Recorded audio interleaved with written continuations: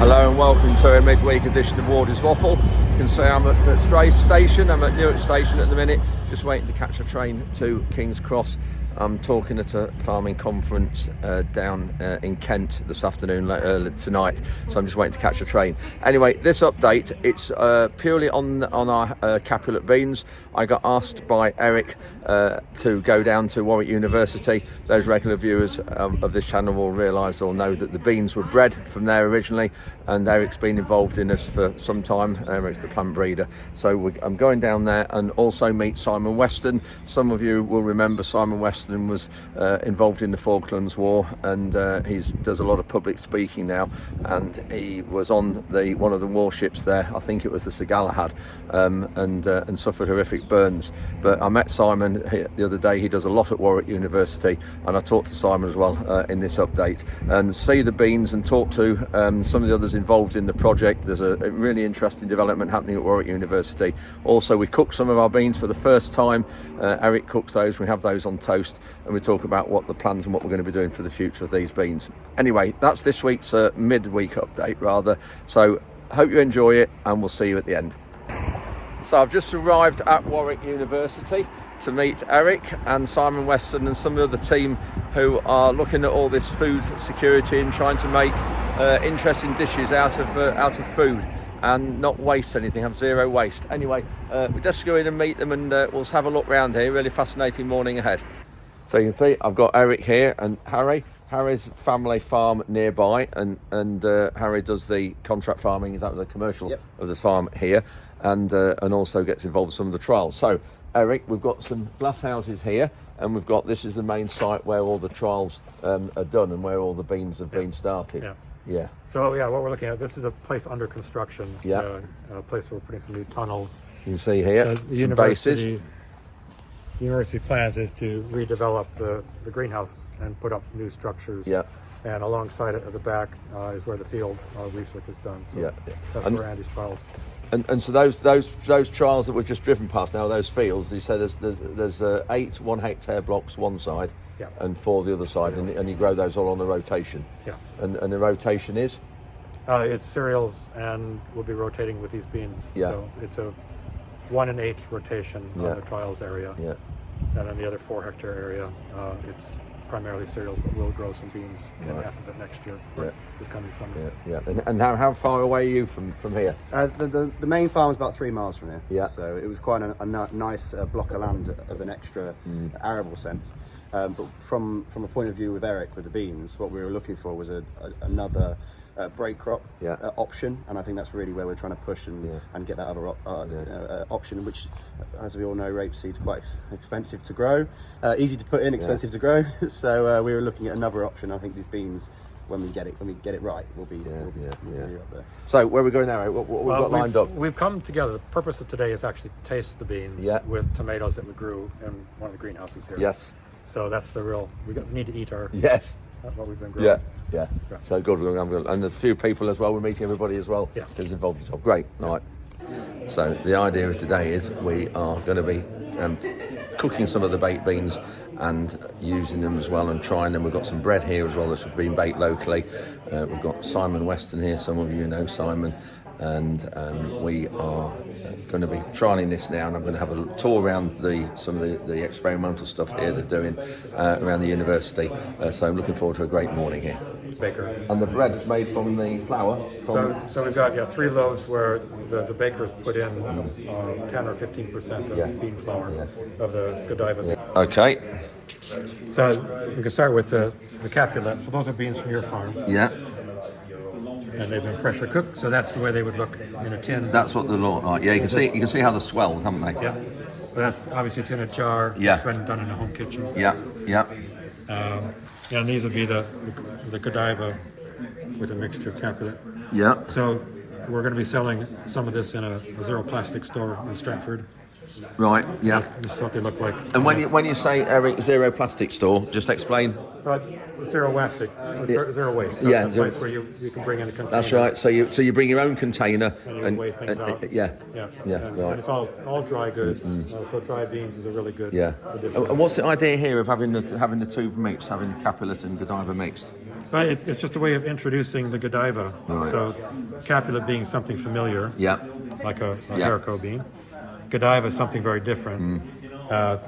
Cooking them, they're good separately, but they're also good together. So that's pressure cooked together. Yeah. And you can see almost see like how a kidney bean Yeah, you can see that. Yeah. size. And then the Olivia here. And that's the Olivia, the black bean. Yeah. So very nice, rich, black, pressure cooked. See there. Yeah. And then this one. So this is actually the same Godiva Capulet mix, Oh, right. but these seeds are a little bit older. Yeah. And you can see Godiva gets a bit sort of suntan. It turns a darker brown. Yeah. As it changes color, it takes a bit more to cook. Right. Yeah. So here, Eric, we've got some tomato sauce, and that's what's going into the beans. Yeah. It doesn't look as orangey, does it? As the, Now it's got a nice rich yeah. color. Yeah. So that's with tomatoes that we've grown here on the farm. These have come out of the freezer. Yeah. Oh, you can see they're all frozen. Yeah. Yeah. And we've got a pepper called habanero. It's a no-heat habanero. Yeah. And a Mexican herb that tastes like coriander. Right. And it's what all these that there have gone in to make the sauce. Just make the sauce. Yeah. Brilliant. Fantastic.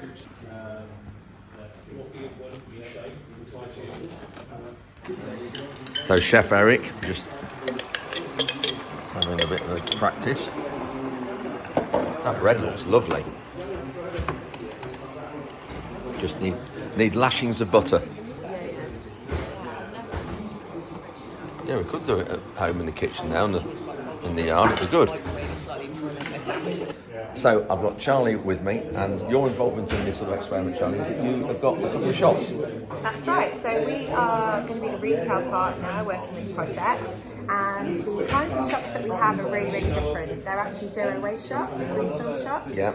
Maybe some of your viewers might be familiar with that concept. So the idea is you bring your own containers, you weigh them empty, you can then put in whatever you want in the product, and then you re-weigh it. So you haven't got the packaging, and you're buying the food in the amount that you want and not having any food waste. Yeah. So you bring your own containers, and how long have you been doing this? So I started as a market stall with a table, a set of scales, and Really? few jars. Yeah. How long ago? That was autumn 2018. Yeah. And then I opened the first shop in Leamington Spa in November 2019. Yeah. And then we had the pandemic come along, and we managed to ride through that with the loyalty of our customers and a lot of adapting and flexibility.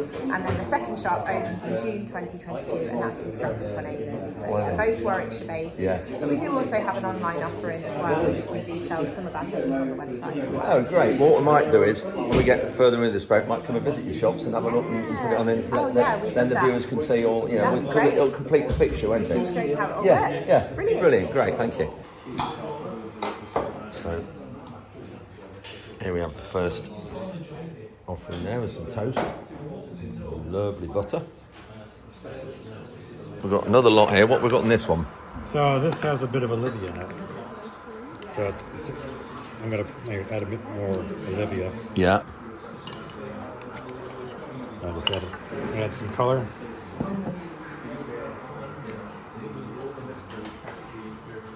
So you put I put in some oil, some British rape oil. rapeseed oil. Brilliant. Yep.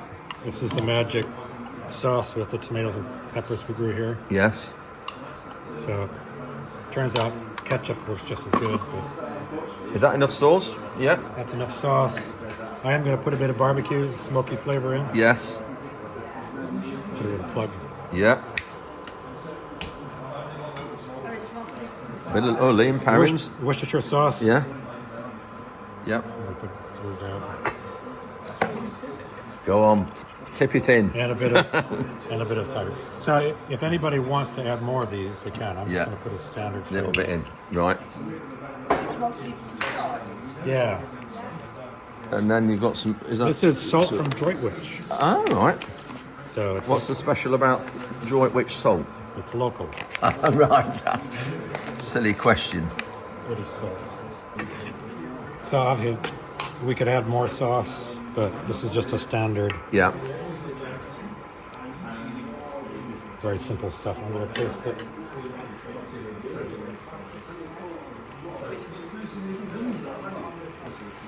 There's a bit more salt, look at it, see it bubbling away.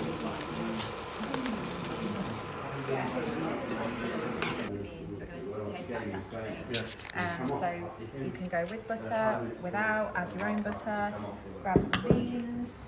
Thank you, Eric. And I've got to have So here we are, the very first taste of these beans with some toast. And I would say it, wouldn't I, but they are fantastic. And Eric's sauce is different to the sauce you'd get in Heinz beans, but really, really nice. Very, very good. So I'm going to have quite a lot more yet before I go.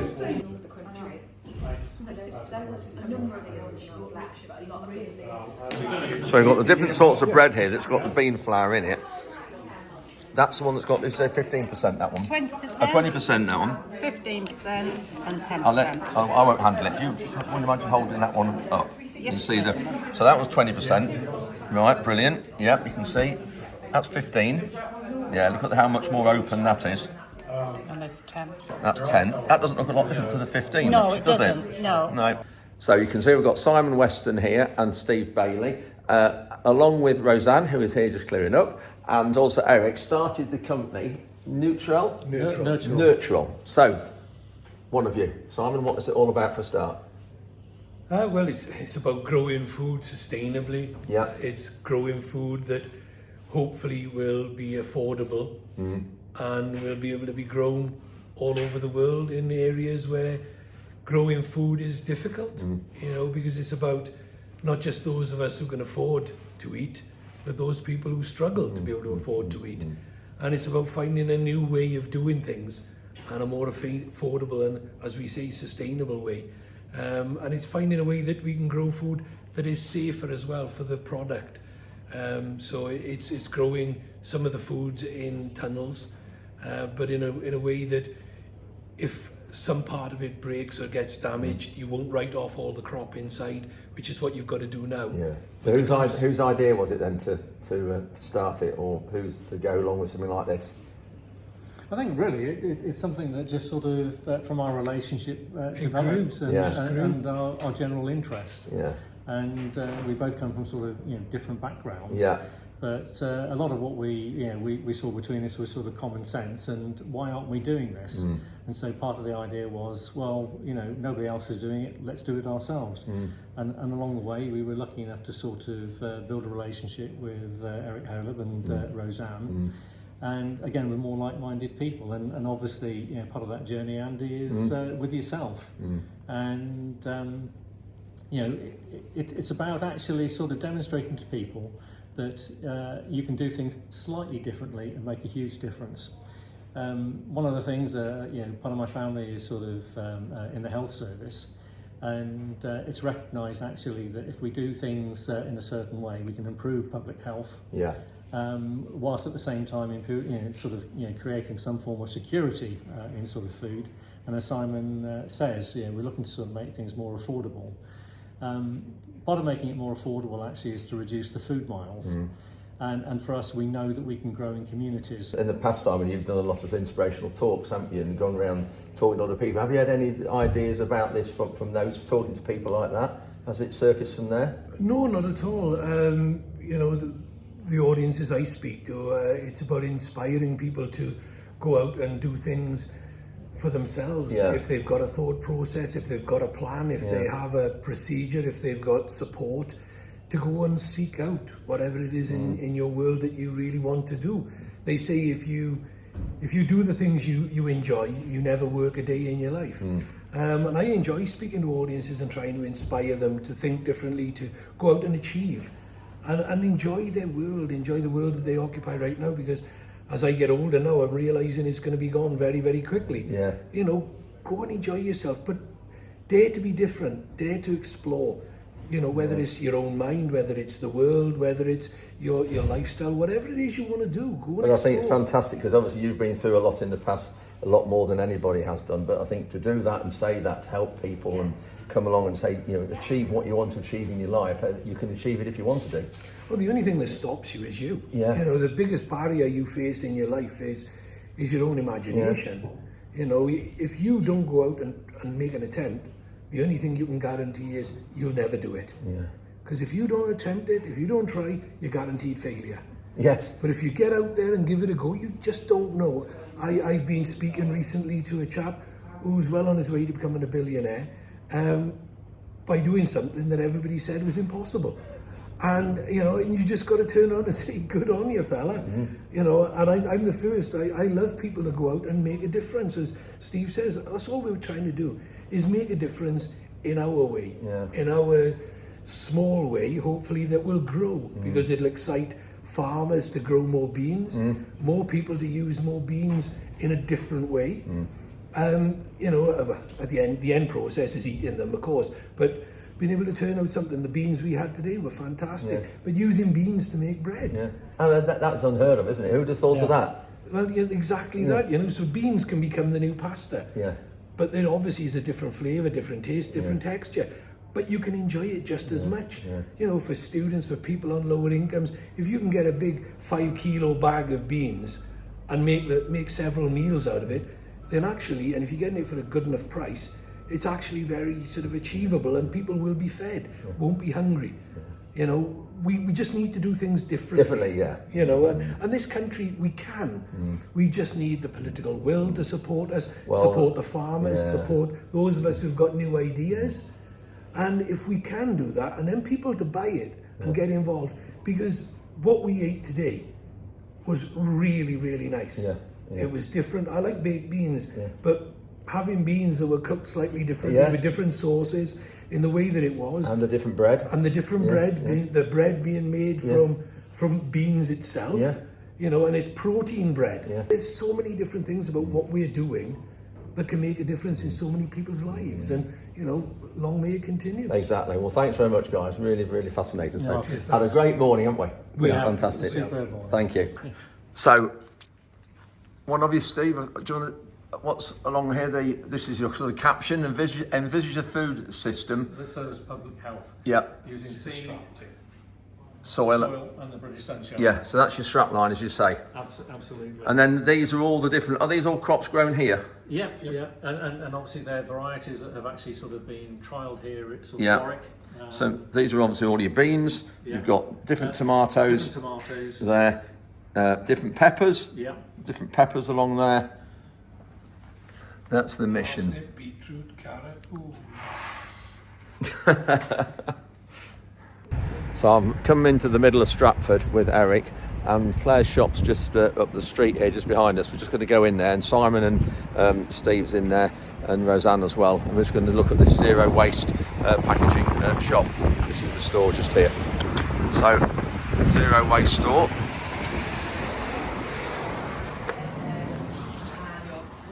Lots of people wanted it because it was like small but good sized unit in a really good location, and there was kebab shops, there was cake companies, there was nail salons, all these. So these are the containers. The landlord that owns it owns about 20 other shops in Stratford. So you can see what's in here. That would compete with any of his other tenants.